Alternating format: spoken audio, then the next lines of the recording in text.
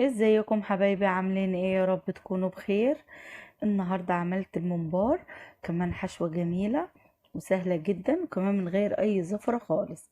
يلا حبايب قلبي نشوف عملنا الممبار الجميل ده ازاي. هنا معايا اول حاجة، طبعا الممبار ده انا غسلاه في فيديو. تمام، كمون مطحون وكزبرة ناشفة مطحونة برضو، 7 بهارات وثوم مفروم. هنا عندي نص معلقة سكر، كمون، كزبرة.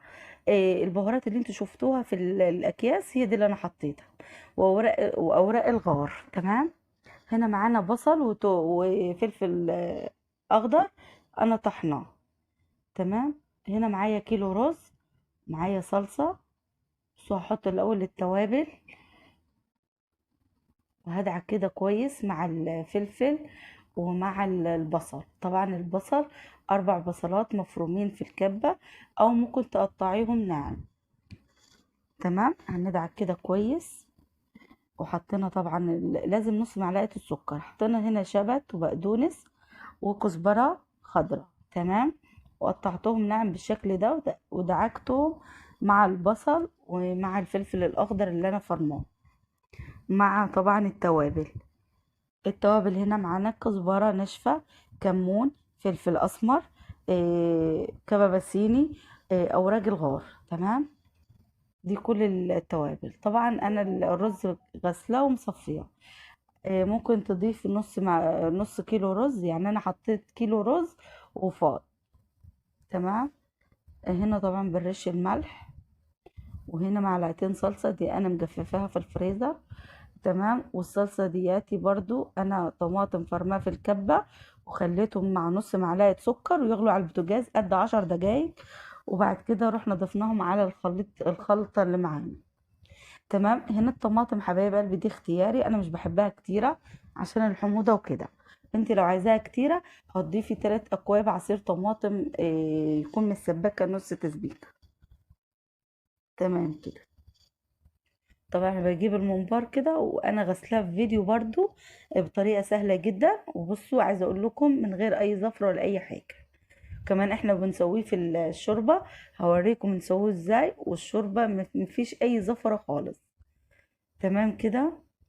بصوا انا بحشي، لازم تفتحي كده وتحشي، وبصي بتفرطي كده الرز. لازم تفلفلي الرز كده من جوه، وما تمليش الممبرايه قوي عشان ما تطرشش منك لما تسويها.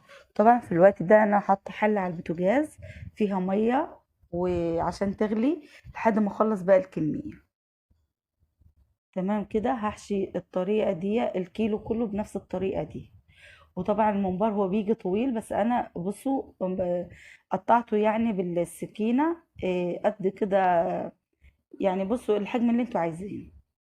تمام، عشان تعرفي برضو تحشيه. عايزه اقول لكم جميل قوي. وطبعا في الاطراف لازم بصوا تبعدي الرز عن الاطراف. تمام، عشان من اول ما تحطيها في الحله كده في الميه المغليه هتلاقيه قفل والرز مش هينزل منه. تمام. كمان ما نحشيش الممبار قوي عشان ما يطرشقش مننا في الحله. عايزه اقول لكم جميل قوي قوي. كمان الرز مفلفل، انا بحب الخضار اكتر من الرز يعني، ان الخضار بيخلي طعمه جميل. حط اللايك يا قمر. عجبكم الفيديو اضغطوا لي لايك وتفعيل زر الجرس، واللي ما اشتركش في قناه الجرس اشترك. تمام كده. عايزه اقول لكم انا ما خدتش وقت طبعا في الحشو خالص، سهل جدا وبسيط جدا للبنوتات يعني اللي هم مصعبين الحاجه.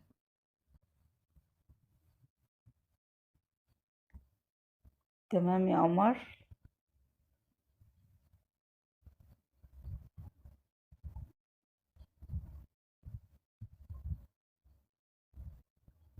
بصوا انا بصوا لازم تفرفطيها كده خالص.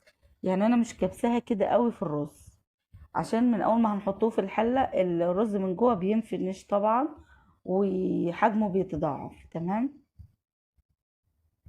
وطبعا انت ضايقه الملح بتاعها، لازم تخلي الحياء مظبوط. بصوا انا بعمل قدامكم حاجه سهله جدا. بصوا لازم كده تفرفطي كده بايديك يعني.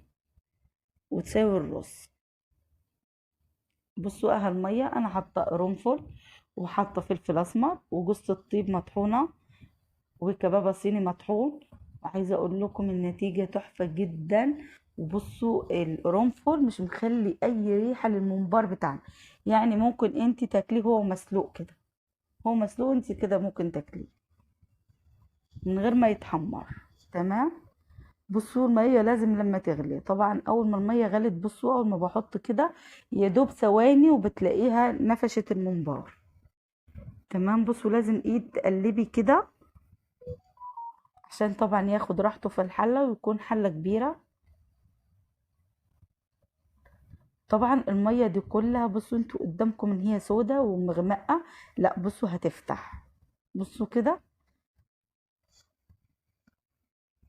تمام.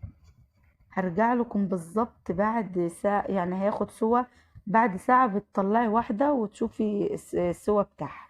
لقيتيها استوت خلاص كده بخرجها وابدأ احمرها عادي. طبعا هنا لازم بتحمريه بزيت مش بسمنة عشان هو اصلا اوريدي فيه دهون.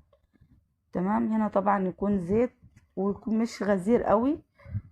عايزه اقول لكم كمان هيقرمش والرز مفلفل من جوه، جميل قوي وطعمه جميل قوي. وبألف هنا وشفا على كل اللي يجرب الطريق. طبعا التحمير ده كلنا عارفينه، اللون اللي انت عايزاه بتقلبيه على طول. تمام كده.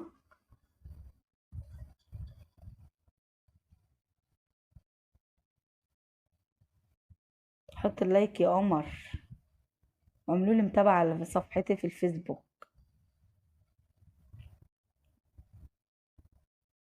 تمام كده خلاص. هخرجها طبعا طول ما خدت لون كده خلاص. هو اللون ده مظبوط جدا، يعني ما تحمروش اكتر من كده.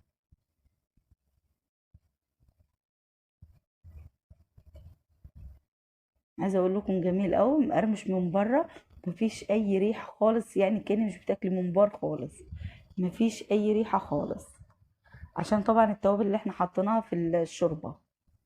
والشوربه طبعا اوريدي انا بكبها مش بستخدمها. شوربه الممبار يا جماعه بتترمي مش بتستخدمها. بصوا بقى عايزه اقول لكم حاجه تحفه ومرسوم رسم كده. بصوا الصغير ده حلو، يعني نقطعه بالحجم ده، ما يبقاش اللي هو الحجم الكبير عشان تعرفي تحمريه.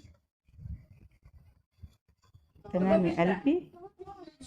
حاجة جميلة طبعا كزبرة خضراء، بتدي لها شكل طبعا، والكزبرة الخضراء برضو بتتاكل معاها، فايدة جدا.